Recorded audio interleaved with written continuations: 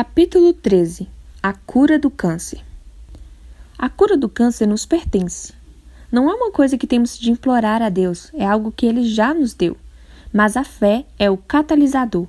Sem fé no que Ele diz, não seremos capazes de reivindicar a cura que é nossa por direito. Há muitos anos, um inglês chamado William F. Burton fundou uma missão no Congo belga. Essa missão deu início a um poderoso testemunho de Cristo na África.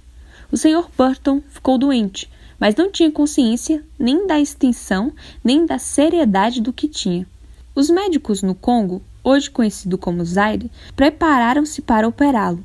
Durante a operação, o cirurgião descobriu que William Burton estava totalmente tomado pelo câncer. Seu cirurgião, que também era seu amigo, deu a notícia ao Sr. Burton. "Sentimos muito, porque não podemos fazer nada por você", disse tristemente a Burton. "O câncer está muito espalhado. Nem sequer podemos arriscar uma operação radical para tentar removê-lo. Achamos que você deveria saber que só tem cerca de 1 ano de vida. Se quiser voltar para a Inglaterra a fim de ver sua família, deve planejar a viagem para logo, enquanto ainda está com forças suficientes para enfrentá-lo." William Burton concordou em esperar 1 mês, mais ou menos, para então retornar à Inglaterra. Já vivia há tanto tempo no Congo e amava o povo tão profundamente que detestava a ideia de partir. Planejou viajar pelo país que tanto amava para despedir-se dos seus amigos. Onde quer que fosse, a triste notícia de sua enfermidade e sua iminente partida já o tinha precedido. Com lágrimas, os amigos congoleses se esforçavam para expressar seu amor e simpatia a ele. Uma noite, como de costume, Burton estava sentado em seu quarto, lendo sua Bíblia. Lia Isaías 53, quando as palavras "por suas pisaduras fomos sarados" saltaram da página para salvar sua vida. Consciente de que até aquele momento não considerara o plano que Deus poderia ter para sua vida, o Sr. Burton caiu de joelhos e orou pedindo perdão por ter aceito imediatamente o prognóstico do cirurgião. Ele mesmo tinha falhado em usar a palavra. As palavras que estivera repetindo para si mesmo não eram palavras de vitória em Cristo Jesus, eram as palavras do cirurgião. Decidiu pedir a Deus que desse o veredito final no seu caso. Depois disso, quando os amigos congoleses de Burton tentavam consolá-lo, ele simplesmente dizia: "Mas vocês ainda não ouviram a última parte da história. Por suas pisaduras eu estou curado." Muitas e muitas vezes afirmou e reafirmou sua fé pelas palavras que dizia. William Burton decidiu crer em Deus. O Sr. Burton continuou em seus planos de retornar à Inglaterra. Contudo, seus motivos eram agora não se despedir de sua família, mas, em lugar disso, descansar e recuperar as forças para poder voltar ao Congo e continuar a obra do Senhor. Quando sua família e amigos o receberam entristecidos, ele corajosamente continuou declarando: "Por suas pisaduras eu estou sarado." Cerca de 6 meses depois do regresso de Burton à Inglaterra, quando parecia haver melhoras em sua saúde em lugar da esperada deterioração, os médicos ingleses de Burton decidiram examiná-lo novamente, pois tinham recebido seu relatório médico do Congo. Para espanto dos médicos e demais pessoas, com exceção do Sr. Burton, o exame confirmou a declaração do próprio Burton: "Por suas pisaduras eu estou curado." Ele tinha razão. Sua declaração fora o veredito celeste em seu caso. Absolutamente nenhum vestígio de câncer tinha ficado. A cura de William Burton teve efeitos de longo alcance. Retornou à sua missão no Congo belga e continuou seu trabalho ali por muitos anos. Sua cura foi um testemunho mais poderoso para os africanos do que todas as suas pregações anteriores. As pisaduras que Jesus sofreu para a nossa cura foram causadas por uma espécie de castigo cruel chamado açoite. Os historiadores nos contam que era aplicado com um objeto conhecido como gato de 9 caudas. Jesus sofreu esses açoites um pouco antes de sua crucificação. Mateus 27, 26. O gato de 9 caudas era uma arma horrível usada para castigo. Pequenos pedaços de metal eram tecidos em cada uma dessas tiras de couro. Os açoites romanos com esse chicote superavam todos os outros métodos de castigo. Era, se possível, pior do que ser pregado numa cruz e abandonado ali para morrer.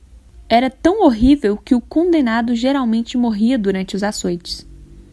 Amarraram as mãos de nosso Salvador bem acima de sua cabeça. Então o forte soldado romano, com todas as suas forças, batia em Jesus com aquele chicote. 39 vezes o gato de 9 caudas estriou a carne de nosso Senhor, de maneira que as costelas e os ossos de suas costas ficaram expostos. Naqueles 39 açoites que cortaram suas costas até os ossos, Jesus tomou sobre si nossa miséria, nossos sofrimentos e nossas enfermidades. Ele sofreu a agonia de toda doença conhecida. Sofreu para que o sofrimento de cada um de nós fosse aliviado, para que pudéssemos dizer, pelas suas pisaduras fomos sarados. Essa cura não é uma coisa que se realizará se você disser as palavras ou se você orar. É uma coisa que já foi realizada. Exatamente como você foi salvo no minuto em que aceitou a expiação de Jesus na cruz, você pode ser curado no momento em que realmente percebe que Jesus já pagou o preço de sua cura. Os açoites e a crucificação de Jesus não foram agradáveis, foram desumanos.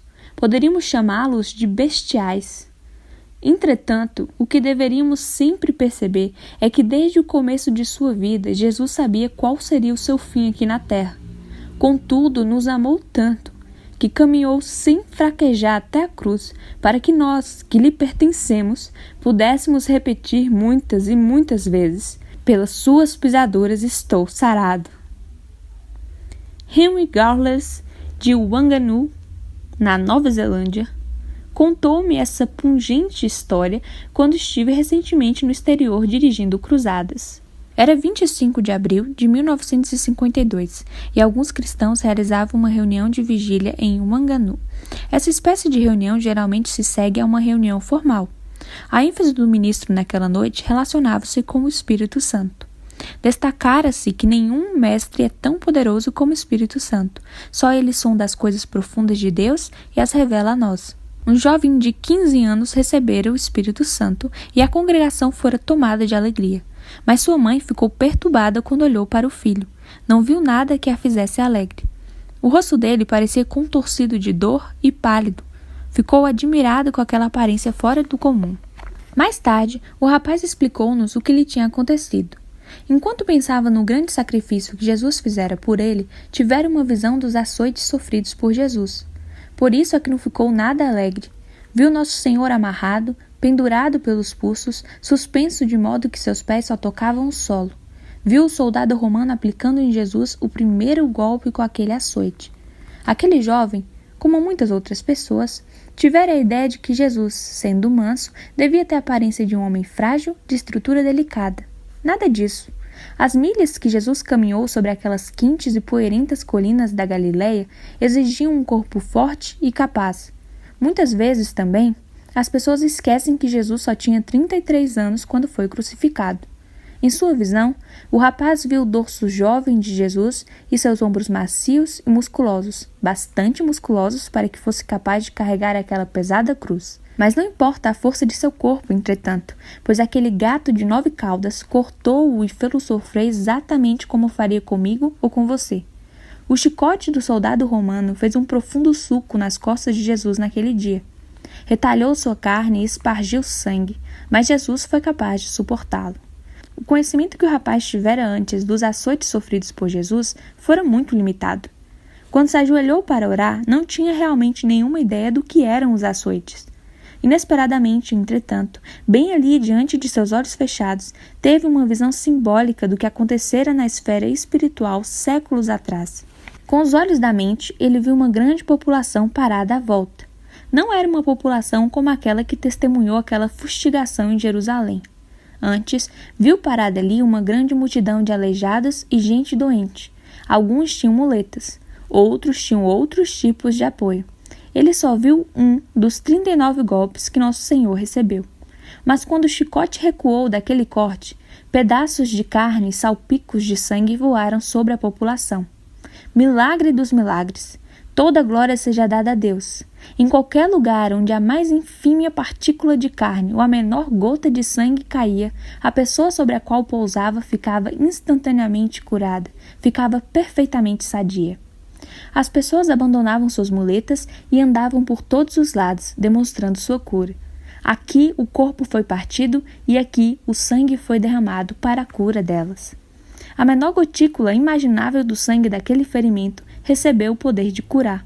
Quando se sabe que Jesus levou não 1, mas 39 açoites, e sabe-se o sofrimento que suportou, pode-se entender o poder de curar que ainda flui para todos os que dizem com sinceridade: pelas suas pisaduras estou curado. A visão do rapaz foi simbólica. A multidão que ele viu não foi, na realidade, a multidão que testemunhou aquele flagelamento de Jesus. Nós estávamos entre os doentes e aleijados, curados por suas pisaduras. Algumas pessoas talvez achem que eu super enfatizo a citação pelas suas pisaduras fomos sarados. Mas posso dizer duas coisas sobre isso. Primeiro, é o que a Bíblia diz. E segundo, se você é filho de Deus, deve declarar o que a Bíblia diz a fim de obter os resultados que a Bíblia promete. Você tem de colocar sua fé em palavras. Considerando que Jesus se importou tanto comigo que se submeteu àquele cruel flagelo e então entregou seu corpo para que fosse pendurado por mim sobre aquela rude cruz nas encostas do Calvário, decidi segui-lo. Sei que isso não me orientará só por algum tempo, mas, o que é muito mais importante, no além por toda a eternidade. Fui comprado e pago com aquele sangue, e você também. Você deve desenvolver o hábito de citar a palavra de Deus. Esse modo de falar se tornará um hábito de vida para você. O Espírito Santo habitará diariamente em você. A graça de Deus se tornará evidente em sua vida e os resultados serão espetaculares. Recentemente, o Sr. e a Sra. Hans Hansen, ex-pastores em Lynn Grove, Iowa, deram o seguinte testemunho. Uma tarde, nós e Esther, nossa filha de 14 anos de idade, estávamos sentados em nossa sala de estar, falando sobre a bondade de Deus e adorando-o em voz alta enquanto conversávamos. Esther estava sentada na cadeira de balanço. Tinha sofrido de tuberculose óssea durante 2 anos. Feridas abertas desde o tornozelo até o quadril expunham o osso em alguns lugares. Estivera de cama por mais de 1 ano e frequentemente as feridas se abriam por todos os lugares em seu corpo. Agora, temporariamente melhor, tinha aspecto mais saudável e podia ficar sentada na cadeira a maior parte do dia. Naquele dia, não estávamos realmente orando pela recuperação de Esther, embora tivéssemos orado por ela muitas vezes no passado. Estávamos simplesmente dizendo ao Senhor outra vez como nos sentíamos felizes com o privilégio de lhe pertencermos. Sem que o planejássemos fazer, fomos levados a nos aproximar da cadeira de Esther e colocar nossas mãos sobre a cabeça dela. Naquela tarde, o Espírito Santo foi tão real para nós que pudemos sentir sua presença ali. Simplesmente sentimos que uma coisa maravilhosa estava acontecendo na vida de todos nós. Daquela tarde em diante, começamos a testemunhar uma transformação constante em Esther. Ela não foi dramaticamente curada, mas Deus incumbiu-se de sua cura. As feridas começaram a sarar gradualmente até que se fecharam. Por fim, pôde deixar a cadeira e andar pela casa. Então, para a glória de Deus, veio o dia em que pôde desfazer-se de qualquer apoio e assumir novamente seu lugar nas atividades normais de um adolescente. As cicatrizes ainda estão lá para nos lembrar da misericórdia de Deus, mas hoje está forte, muito bem casada e a mãe de nossos 2 netos. Não é por menos que louvamos ao Senhor sem parar. Como Deus gosta de ouvir-nos dizendo palavras que refletem sua bondade para conosco e declarando nossa fidelidade a Jesus Cristo, nosso Senhor e Salvador.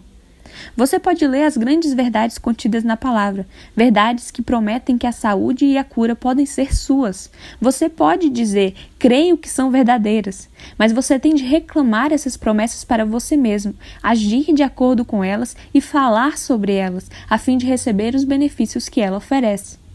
Deus colocou suas enfermidades sobre Jesus. Ele mesmo levou em seu corpo os nossos pecados sobre o madeiro, para que, mortos para os pecados, pudéssemos viver para a justiça. Pelas suas feridas fostes sarados. 1 Pedro 2, 24.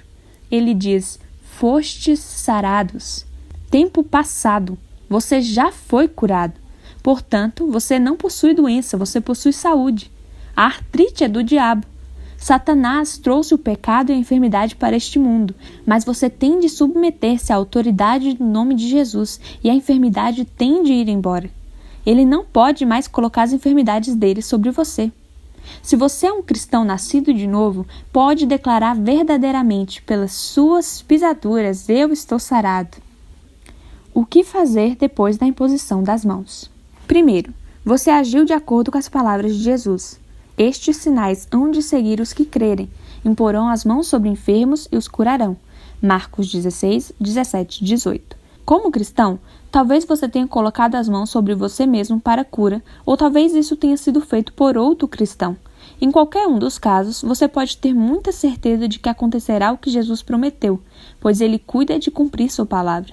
Esta é uma promessa muito positiva. Você ficará curado. Jesus não disse: você poderá ficar curado, ou talvez você seja curado, ou é possível que haja recuperação. Não! Sem reservas, Jesus declarou: você ficará curado. Louve o Senhor porque você está sarando agora. Segundo, se você não recebeu um milagre instantâneo, não jogue fora sua confiança.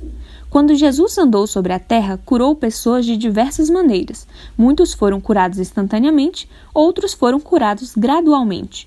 Quer você seja curado instantaneamente ou por meio de um processo gradual, você pode prosseguir louvando a Deus com confiança, porque Ele está cumprindo sua palavra com você. Terceiro, comece a confessar sua cura. Estou sarando. Jesus disse e eu creio em sua palavra. Eu não me importo com as aparências, com o que sinto ou com o que os outros pensam. Eu aceitei a palavra de Jesus ao pé da letra. Estou sarando. Quarto, Tiago, capítulo 1, declara que quando você pede a Deus alguma coisa, precisa pedir com fé, não duvidando. Porque aquele que duvida, não pense tal homem que receberá do Senhor alguma coisa. Alguma coisa inclui a cura. Seu papel neste drama da fé é possuir confiança inabalável que o Senhor cumprirá sua palavra. Se você vacilar em sua fé, então você negará a você mesmo a cura do Senhor. Não vacile em sua confissão de fé. Confesse que pelas suas pisaduras você está curado. Quinto, até que sua cura esteja totalmente manifesta, você estará ocupado numa luta de fé. Não é uma luta contra Deus e sua palavra, mas uma luta contra o ladrão que veio para matar, roubar e destruir você. João 10, 10. Nesse conflito, use as armas de guerra que você tem e que são poderosas em Deus para derrubar as fortalezas satânicas. Confesse com ousadia, não duvidando. Pelas suas pisaduras eu fui curado. Sexto, haja como se você estivesse sarando. Comece a fazer coisas que não fazia antes. Louve o Senhor porque está sarando.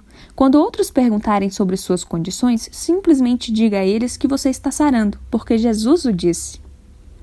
Sétimo, o diabo não quer que você sare.